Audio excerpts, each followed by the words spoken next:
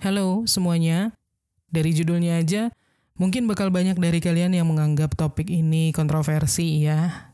Tapi gini deh, pasti sering kan kalian dengar kalimat sederhana kayak ya udah bersyukur aja. Bahkan di tengah kondisi yang sulit, banyak banget yang bilang yang penting masih bisa makan, yang penting masih bisa bertahan, yang penting masih punya kerjaan, bersyukur aja. Seakan-akan rasa syukur itu adalah jawaban dari semua permasalahan finansial.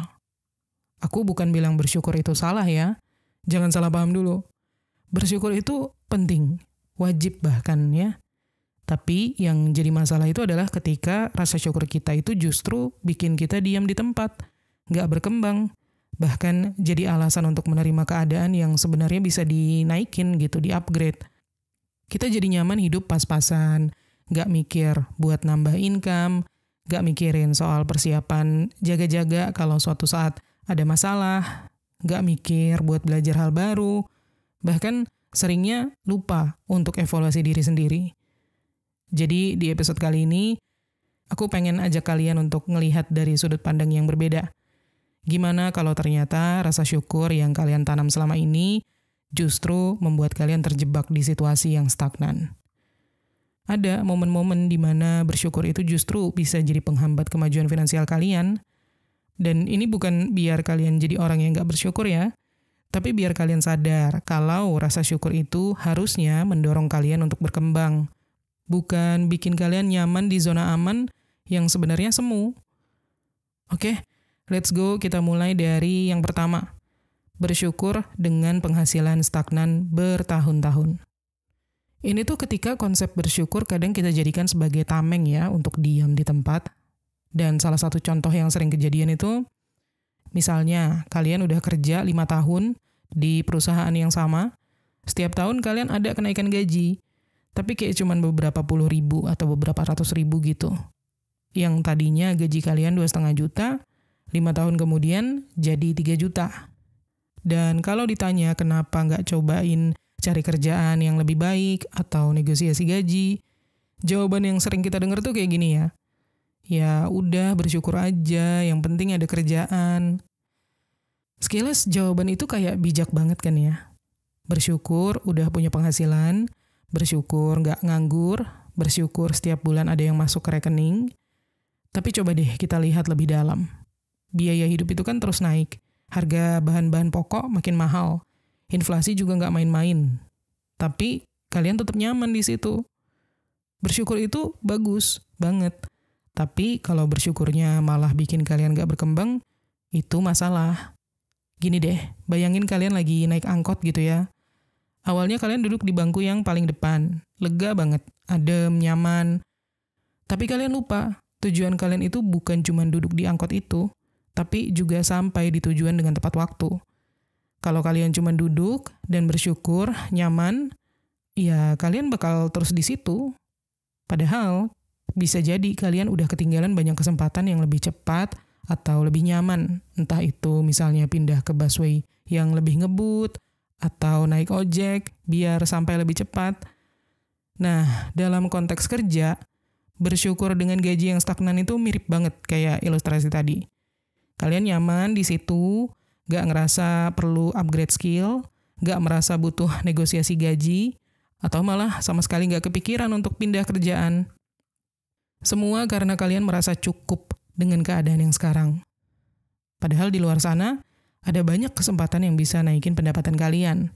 Kayak misalnya belajar skill baru yang bisa naikin value kalian di perusahaan, atau ambil sertifikasi, atau juga pindah ke perusahaan yang lebih menghargai kemampuan kalian gitu ya. Tapi memang masalahnya bersyukur di situasi kayak gini tuh seringkali bikin kita mabuk, dalam tanda kutip. Kita jadi nggak sadar kalau sebenarnya kita lagi jalan di tempat. Dan lebih parahnya adalah kita jadi nggak siap sama perubahan ekonomi. Misal tiba-tiba ada krisis, harga bahan pokok naik 2 kali lipat, atau biaya pendidikan melonjak. Bakal pusing sendiri kan kalau misalkan selama ini gaji kita nggak pernah berkembang. Bukan berarti aku bilang nggak boleh bersyukur ya, sekali lagi. Itu wajib. Tapi jangan sampai rasa syukur itu jadi alasan kita untuk nggak berkembang. Bersyukur itu mestinya diiringi sama evaluasi. Kayak, oke, aku bersyukur udah punya kerjaan, tapi apa kerjaan ini bisa bikin aku berkembang? Apa gaji yang aku terima sekarang udah sesuai sama value dan kemampuanku? Apa ada cara buat aku naikin pendapatan supaya hidupku bisa lebih baik? Next, bersyukur yang kedua yaitu bersyukur punya utang yang masih bisa dicicil. Nah, ini konsep bersyukur yang kadang bisa jadi bumerang ya dalam keuangan pribadi. Kayak mungkin kalian pernah dengar atau mungkin ngalamin sendiri situasi di mana kalian bilang, ya udah bersyukur aja, cicilan masih bisa kehandle kok tiap bulan gitu. Sepintas kalimat itu kedengarannya bijak, bagus, bisa bayar lunas tiap bulan gitu. Bersyukur masih bisa bayar utang, bersyukur cicilan lancar. Tapi coba deh kita lihat lebih detail. Pertanyaannya, cicilan apa dulu nih yang kalian syukuri? Kalau utangnya buat sesuatu yang produktif, kayak misalnya modal bisnis, atau pendidikan, atau investasi properti, yang jelas-jelas bisa meningkatkan nilai hidup kalian ke depannya, ya itu mungkin layak ya untuk disyukuri. Tapi kalau utangnya konsumtif, misal utang pay later buat beli barang-barang yang nggak urgent, kayak gadget terbaru padahal handphone kalian masih bagus, atau fashion branded yang cuman biar kalian kelihatan keren aja gitu di feed Instagram atau di story. Itu sebenarnya bukan sesuatu yang harus disyukuri ya, tapi diwaspadai. Kenapa? Karena rasa syukur di sini tuh bisa bikin kalian nyaman dengan pola hidup utang konsumtif. Kalian jadi ngerasa nggak masalah untuk pakai pay later setiap kali ada promo, asal pay later kalian itu aktif, yaudah tinggal pakai aja gitu. Alasannya? Ya kan masih bisa dicicil setiap bulan. Padahal tahu nggak sih, cara berpikir kayak gitu tuh yang justru bisa jadi jebakan finansial. Kita pakai ilustrasi lagi ya. Anggaplah kalian punya cicilan pay later 1 juta per bulan buat beli barang-barang konsumtif yang sebenarnya nggak urgent-urgent banget. Jadi dalam setahun kalian keluarin 12 juta buat bayar pay later itu. Kalau barang-barangnya adalah barang elektronik atau fashion, nilainya bakal turun drastis kan? Sementara utang kalian tetap sama, bahkan bisa kena bunga. Di sini, bersyukur yang kalian rasakan itu sebenarnya cuma rasa aman yang sementara. Kalian aman karena ngerasa masih bisa bayar, tapi nggak sadar kalau secara finansial, itu pelan-pelan menguras dompet kalian tanpa meninggalkan value yang jelas. Dan yang sering terjadi adalah, kalian jadi ngulangin pola itu terus-terusan. Beres lunas 1 cicilan, kalian ambil cicilan baru. Dan siklus itu nggak pernah berhenti, bertahun-tahun. Kalian bersyukur aja karena masih bisa bayar, tapi nggak sadar kalau kalian jalan di treadmill keuangan yang nggak ada ujungnya. Berputar di tempat, capek iya, maju enggak. Dan lebih parah lagi tuh ketika situasi ekonomi berubah gitu ya. Misal tiba-tiba ada kenaikan suku bunga, atau kalian sementara kehilangan pekerjaan gitu. Utang yang tadinya masih bisa dihandle, itu bisa jadi beban yang berat banget kan? Dan saat itu terjadi, rasa syukur yang kalian bangun tadi berubah jadi penyesalan. Karena kalian sadar, selama ini kalian bersyukur sama utang konsumtif yang sebenarnya nggak perlu-perlu banget. Jadi, lagi-lagi bukannya nggak boleh bersyukur ya, tapi bersyukur itu harus disertai sama evaluasi. Kayak kalau dalam hal ini, evaluasinya tuh misalnya semacam, oke, aku bersyukur masih bisa bayar cicilan bulan ini, tapi cicilan ini beneran penting gak sih? Apakah barang yang aku beli pakai utang ini benar-benar meningkatkan hidupku? Kalau ternyata jawabannya enggak, ya mungkin udah waktunya buat kalian evaluasi lagi, bukan sekedar bersyukur. Next, bersyukur yang ketiga. Bersyukur dengan hidup pas-pasan tanpa inisiatif untuk naik level. Pasti pernah deh kalian dengar kalimat klasik ini, yang penting cukup buat makan sehari-hari, udah bersyukur aja. Kedengeran bijak ya? Bersyukur bisa makan, bisa hidup, gak kekurangan. Tapi coba ya kita pikir lebih dalam. Kalau bertahun-tahun hidup kalian cuman cukup buat makan, dan kalian merasa itu udah maksimal, sebenarnya itu malah jadi semacam comfort zone yang halus banget. Contoh, bayangin kalian kerja dari pagi sampai sore.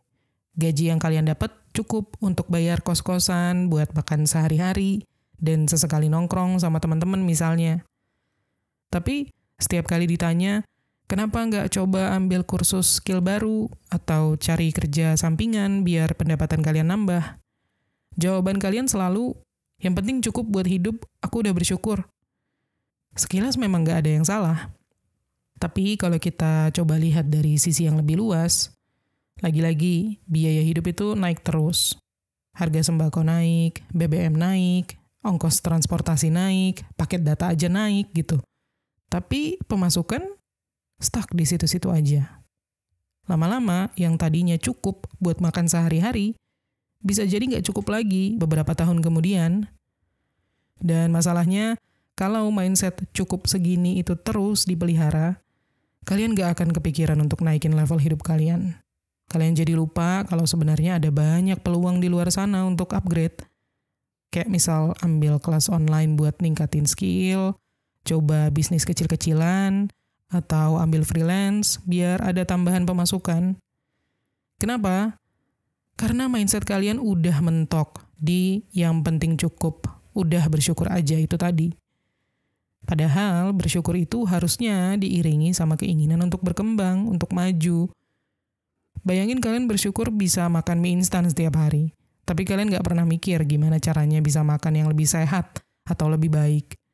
Kalau kalian stuck di situ, ya selamanya akan begitu kan? Jadi bersyukur itu penting, tapi nggak boleh jadi alasan untuk stop berkembang. Next, bersyukur yang keempat. Bersyukur punya tabungan meskipun kena inflasi setiap tahun. Nah ini juga sering banget kayak, alhamdulillah syukur udah ada tabungan. Pertanyaannya, tabungan kalian berkembang nggak?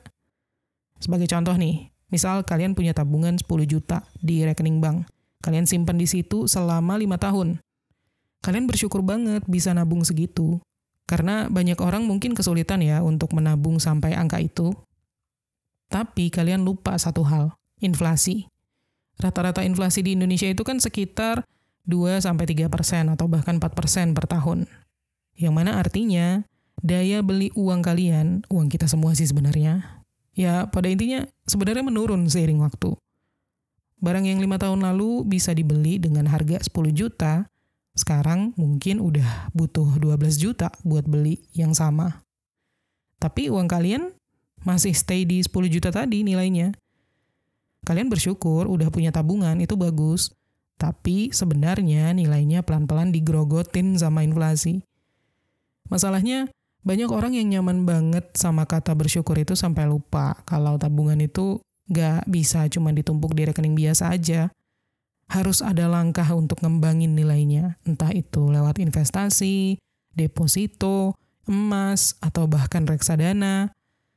Tapi karena rasa syukur tadi, banyak dari kita yang jadi ngerasa aman-aman aja, padahal diam-diam nilainya tergerus. Aku bukan bilang kalian salah kalau bersyukur udah punya tabungan ya. Punya tabungan itu bagus banget. Itu step pertama, yang penting banget. Tapi setelah itu, rasa syukur, rasa cukup tadi harusnya bikin kalian pengen ngembangin. Bukan justru cuman berhenti di situ aja. Jangan sampai rasa udah bersyukur bikin kalian diam di tempat. Sementara biaya hidup terus naik dan tabungan kalian cuma diam di angka yang sama. Bersyukur itu lagi-lagi harus disertai dengan evaluasi yang kritis. Jangan sampai kalian bersyukur sama sesuatu yang secara finansial sebenarnya nggak berkembang. Karena kalau begitu, bersyukur yang kalian lakuin itu cuma numpang aman aja, dan itu sementara, tapi nggak bikin kalian maju. Lanjut, bersyukur yang kelima, bersyukur kerja di tempat yang nggak sesuai passion atau skill, asal aman. Kayak kalau kalian bilang, yang penting kerjaan aman, gajinya cukup, udah bersyukur aja. Di satu sisi, kalimat ini kelihatannya bijak banget.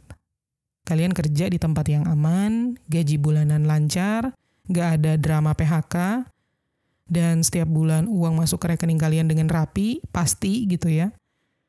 Tapi coba deh, kita kupas lebih dalam. Banyak banget orang yang sebenarnya terjebak di situasi ini. Setiap ketemu Senin ngeluh, jam makan siang ngeluh, nungguin jam pulang ngeluh. Setiap hari Senin sampai Jumat rasanya kayak survive mode aja, mode bertahan. kerjaannya nggak sesuai sama passion, skillnya mentok di situ-situ aja, dan lebih parahnya lagi, nggak ada ruang untuk berkembang. Tapi karena gajinya cukup dan lingkungan kerjanya nyaman, jadi bertahan terus dengan alasan bersyukur tadi. Padahal kalau ditanya lebih jauh, mungkin sebenarnya kalian udah capek, udah stuck, bahkan udah pengen pindah gitu. Tapi rasa syukur itu dijadikan alasan untuk tetap bertahan. Ya udahlah, yang penting gajinya aman, bersyukur aja. Masalahnya gini, kalau kalian terus-terusan di situasi kayak gitu, kalian akan kehilangan kesempatan untuk berkembang. Di luar sana mungkin ada kerjaan yang lebih sesuai sama passion kalian, yang bikin kalian lebih semangat, lebih berkembang, dan bisa upgrade skill ya. Tapi kalian gak pernah mencari, karena rasa bersyukur tadi membuat kalian nyaman banget di zona aman. Lagi-lagi, bersyukur itu penting, tapi jangan sampai jadi jebakan yang bikin kalian diam di tempat. Aku pernah dengar satu kalimat yang powerful banget, kenyamanan itu adalah musuh dari progres. Dan bersyukur di situasi yang salah, itu bisa jadi comfort zone yang berbahaya. Kalau kalian memang merasa nggak berkembang di tempat kerja yang sekarang, nggak salah kok untuk mulai explore peluang baru. Bukan berarti kalian nggak bersyukur, tapi justru karena kalian bersyukur punya kesempatan kerja, kalian pengen jadi lebih baik lagi. Karena bersyukur itu seharusnya memotivasi kita untuk naik level, bukan untuk ngerem kita di tempat yang sama bertahun-tahun tanpa perkembangan. Next, bersyukur yang keenam. Bersyukur masih bisa bayar lifestyle yang melebihi kemampuan. Mungkin ini banyak banget orang yang ngalamin tapi nggak sadar ya. Lagi-lagi, rasa bersyukur dianggap sebagai pembenaran untuk gaya hidup yang sebenarnya di luar kemampuan finansial. Kalian pasti sering dengar atau mungkin ngalamin sendiri kayak masih bisa nongkrong tiap minggu, masih bisa ngopi-ngopi cantik, bersyukur banget deh. Kedengarannya positif banget kan? Kayak mensyukuri momen, menikmati hidup, dan menghargai waktu sama teman-teman.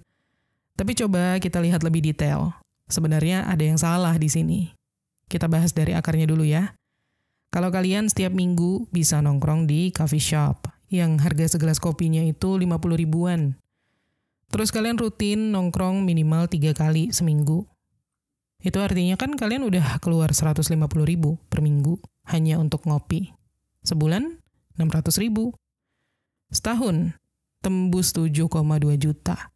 Itu baru ngopi doang. Belum ditambah kalau sambil makan, pesan snack, atau geser nongkrong di tempat lain yang lebih fancy. Sekarang pertanyaannya, kalian benar-benar mampu atau sebenarnya kalian udah mulai ngandelin peletar untuk nutupin semua itu?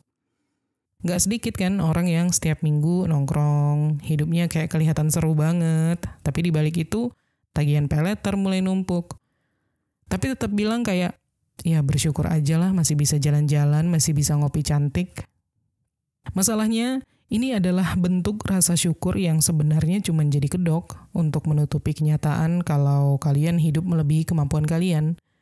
Karena bersyukur yang benar itu harusnya bisa bikin kalian lebih bijak, bukan malah nyaman di pola hidup yang ngerusak keuangan kalian pelan-pelan. Misal nih, setiap akhir bulan kalian mulai ngos-ngosan, nabung gak pernah konsisten, dan selalu nunggu gajian hanya untuk bayar utang bulan lalu. Kalau udah kayak gitu, yang seharusnya kalian syukuri bukan cuman masih bisa nongkrongnya, tapi bersyukur masih punya kesempatan untuk benerin cara ngatur uang. Nongkrong itu nggak salah, ngopi cantik juga nggak masalah. Tapi kalau kalian sampai mengandalkan utang untuk bayar lifestyle yang sebenarnya di luar kemampuan, itu berarti ada yang perlu dibenerin. Jangan sampai rasa syukur itu jadi alasan kalian untuk nyaman di situasi yang sebenarnya merugikan. Karena sekali lagi, semoga kalian gak bosan denger sekali lagi ini ya. Bersyukur itu harus diiringi sama evaluasi. Kalau kalian merasa bersyukur masih bisa nongkrong setiap minggu, boros, coba deh evaluasi. Apakah gaya hidup ini sebenarnya sustainable? Aku bisa terusin kebiasaan ini tanpa harus ngutang gak? Kalau ada kebutuhan darurat, aku masih aman gak secara finansial? Nah, kalau jawaban dari pertanyaan-pertanyaan itu bikin kalian mikir 2 kali, berarti udah waktunya buat ngerem dan mulai realokasi keuangan kalian ke hal-hal yang lebih sehat secara finansial. Dan bersyukur yang ketujuh, bersyukur masih bisa hidup dengan gaji UMR di kota-kota besar tanpa ada rencana meningkatkan income. Yang ini mungkin lebih banyak terjadi di kota-kota besar kayak Jakarta atau Surabaya, Bandung, Medan gitu-gitu ya. Ini soal mindset, ya udah bersyukur aja, yang penting bisa survive di Jakarta gitu. Sekilas memang kalimat itu kedengaran bijak.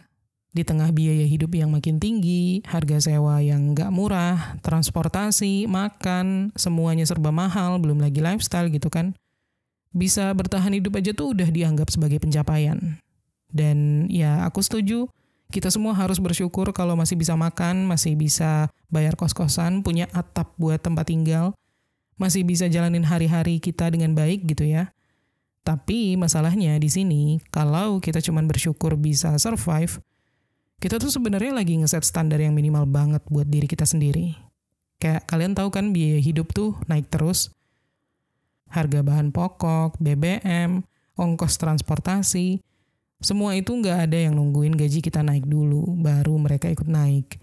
Dan ketika kita cuma bersyukur bisa bertahan, kita itu sebenarnya udah ngebatasin diri kita sendiri untuk berkembang lebih jauh. Contoh ilustrasinya ya, misal kalian gaji UMR Jakarta, sekarang kan sekitar 5 jutaan. Buat bayar kos, makan, transport, udah hampir habis tuh. Bisa nabung?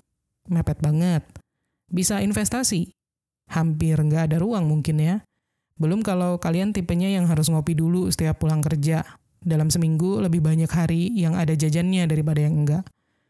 Ujung-ujungnya setiap bulan cuma cukup buat bertahan hidup.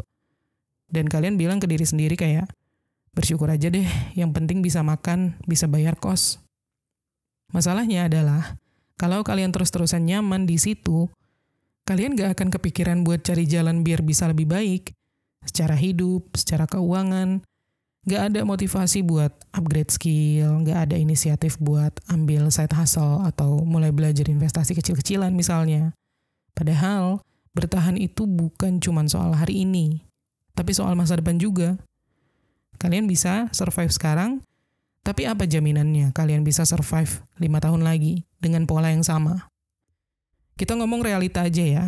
Harga kebutuhan pokok lagi-lagi setiap tahun naik. Tapi kalau income kalian stagnan di situ-situ aja meskipun udah UMR, daya beli kalian itu bakal makin terkikis. Kalian bakal kerja keras setiap hari cuman buat nutup kebutuhan dasar, gak ada ruang buat berkembang, gak ada ruang buat tabungan masa depan. Dan yang lebih serem lagi tuh ketika ada kebutuhan mendadak, misal sakit atau ada musibah, kalian jadi kejebak utang karena gak ada backup plan. Makanya bersyukur itu bagus, tapi kalau kalian cuma berhenti di situ, itu malah jadi jebakan. Kalau kalian bersyukur bisa survive di Jakarta misalnya, coba tambahin kalimatnya jadi, oke, gue bersyukur bisa survive, tapi gue juga pengen lebih baik dari ini. Gue pengen punya penghasilan sampingan, gue pengen bisa nabung lebih banyak. Karena kita semua tahu ya, hidup di kota besar itu keras banget. Dan kalau kalian cuma berhenti di bersyukur bisa bertahan, kalian bakal terjebak di pola hidup yang stagnan. Mungkin bukan cuma setahun, bisa bertahun-tahun kalau kalian cuma survive modenya. Sementara orang lain yang mengambil langkah untuk berkembang udah jauh di depan kalian. Nanti pada akhirnya apa? Menyesal, insecure, ngerasa gak capable, atau menyalahkan takdir gitu ya. Jadi bersyukur itu boleh, tapi jangan lupa evaluasi. Jangan nyaman cuman karena bisa bertahan, sementara kesempatan untuk berkembang kalian lewatin gitu aja. Kesimpulannya, bersyukur itu penting, tapi jangan malah jadi toxic positivity. Bahkan jadi tameng kalian untuk menerima keadaan tanpa berusaha buat jadi lebih baik. Jangan cuman berhenti di yang penting cukup, tapi pikirin juga gimana caranya bisa lebih dari cukup. Seperti halnya kita diberkahi dengan akal ya, untuk dipakai buat mencari solusi dari semua permasalahan di hidup ini. Bukan hanya terima masalah dengan bersyukur aja. Finansial yang sehat itu bukan cuma soal bertahan, tapi soal berkembang. Setuju nggak? Oke, segitu aja episode kali ini. Semoga bermanfaat, dan as always, terima kasih udah nonton. Kita ketemu lagi di Menuju Kekayaan episode berikutnya.